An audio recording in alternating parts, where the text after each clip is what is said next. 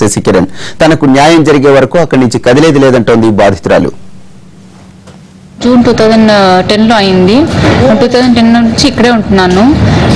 ఉండి ఇప్పుడు పాప 2013లో పుట్టింది సెప్టెంబర్లో. పాప పుట్టినప్పటి నుంచి అడవిలో పుట్టింది, నువ్వు నాకు వద్దు అని అత్తయ్య మామ వాళ్ళు ఇంట్లోకే రానివ్వట్లేదు, మా వదినలు కూడా రానివ్వట్లేదు.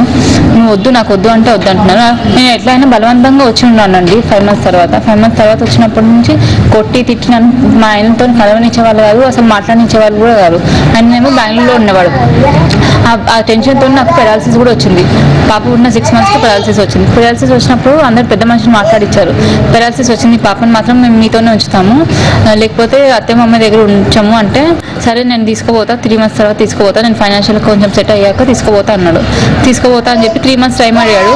3 months టైంలోపు నాకు నోటీస్ పంపించి, నాకు నువ్వు వద్దు, నువ్వు పిచ్చిదాన్ని అయిపోయినావు, ఇప్పుడు పెరాలసిస్ వచ్చింది, కాలు చేయి పడిపోయింది, నీకు పోయి నీ బిడ్డని నువ్వే పోషించుకో, నువ్వే చేసుకో, నాకు ఆడపిల్ల వద్దు, నువ్వు వద్దు అంటున్నాడు.